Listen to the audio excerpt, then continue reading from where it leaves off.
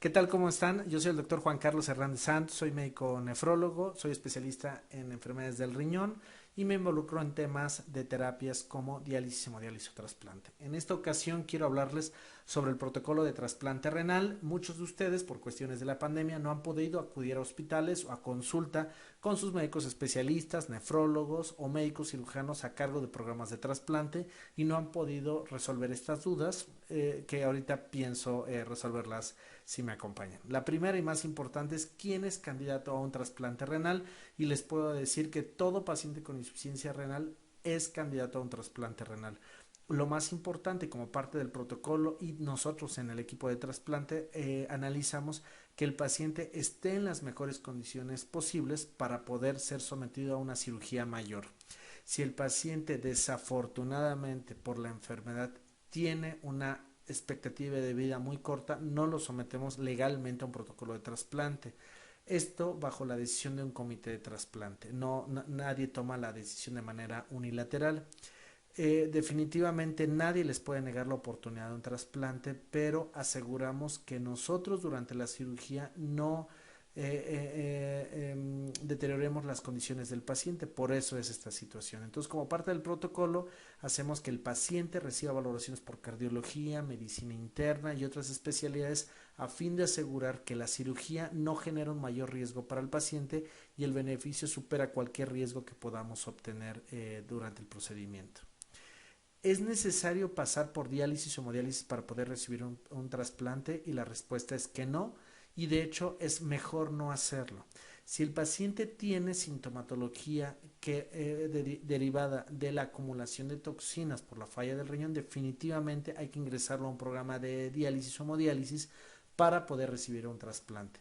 El trasplante tiene sus propios riesgos como para que le sumemos las malas condiciones que podamos tener del paciente. Esto es, no está comiendo, se está hinchando, la presión está alta. Entonces lo que nosotros buscamos con diálisis o hemodiálisis es disminuir estos riesgos para optimizar los resultados del trasplante.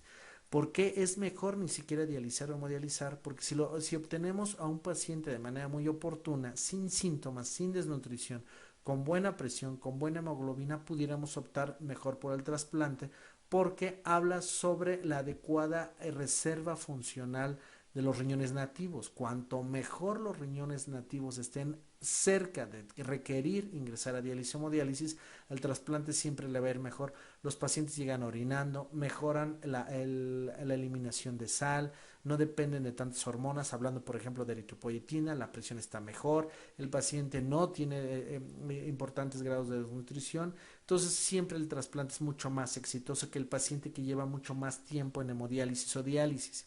En términos de costo-beneficio siempre he levantado la voz con respecto a que lo mejor es un trasplante renal anticipado o de manera programada al inicio de diálisis o hemodiálisis o incluso antes de hacerlo, ¿no? En términos de costo, más o menos un paciente en hemodiálisis de manera privada se gasta más o menos como 150,000 pesos al año y un protocolo de trasplante privado más o menos va entre 450 y 550,000 pesos, que esto es importante que lo sepan, ¿no?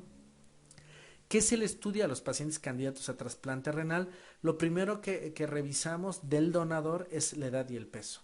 Si un paciente tiene 30 años y busca un donador, tenemos un donador de 60 años, pues hay que recordar que ese riñón ya tiene 60 años. Entonces lo mejor para ese paciente son riñones como de 20, 30, 40 años. Yo siempre lo comento, si podemos elegir, elegimos y si no, analizamos la opción que tengamos enfrente y valoramos riesgo-beneficio de un trasplante, ¿no? Entonces, si tenemos al donador, vemos cómo está, si sus características por edad son correctas, le damos, avanzamos, digamos, si no hay que bajarlo de peso, no está gordito, ya tenemos mucho camino avanzado, digamos. Vemos el tipo de sangre, si el tipo de sangre es igual o es compatible con el receptor, le damos inicio a la primera fase, que es analizar el riñón del receptor. Esto es que el riñón no esté enfermo y que tenga dos riñones, ¿no? Porque muchos pacientes pueden querer donar, pero pues pueden ser monorrenos, estos que solamente tengan un riñón o solamente tengan un riñón plenamente funcional. Ellos no podrían donar a pesar de que tengan una función renal equiparable para la edad y que no tengan factores de riesgos para enfermar ellos, pero que con la retirada de un riñón sí los expongamos a un riesgo mayor. Revisamos también que el donador y el receptor no tengan infecciones crónicas. Esto es como hepatitis B, hepatitis C o VIH. No es que no se pueda realizar el trasplante, se hace, pero se difiere después de que hayan recibido tratamientos. ¿Qué sigue después de eso? Buscamos enfermedades crónicas y valoramos del donador riesgo cardiovascular. Básicamente revisamos el corazón, que no tengan predisposición a diabetes o que no tengan diabetes inadvertida, o sea, que no sea diagnosticada.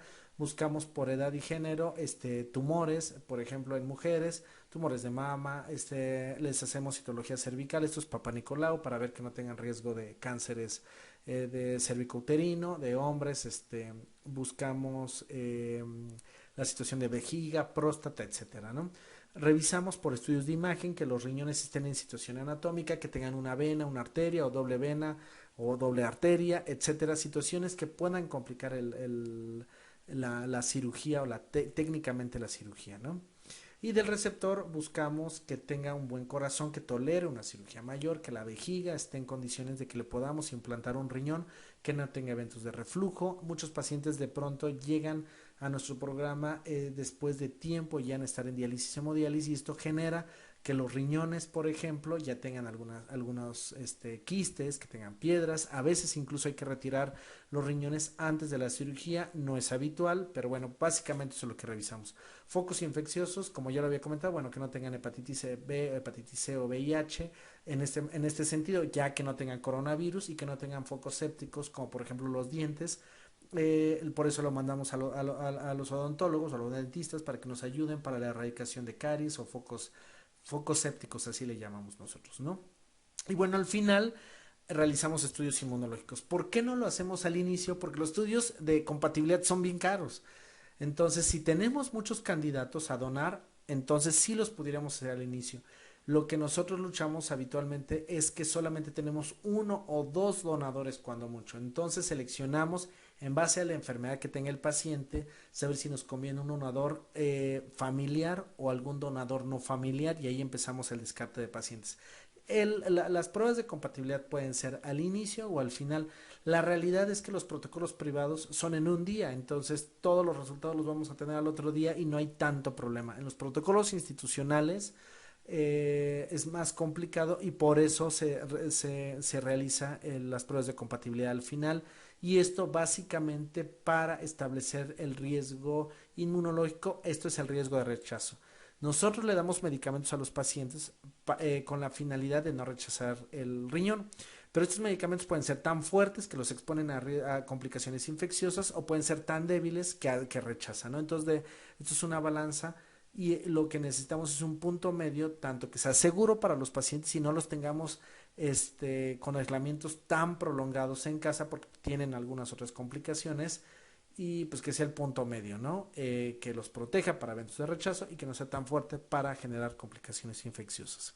Son las preguntas que más me han realizado a inicio desde este año. No sé si tengan alguna duda o pregunta, con todo gusto se las resuelvo, y espero que les haya servido un poquito este material. Estoy a sus órdenes. Muchas gracias.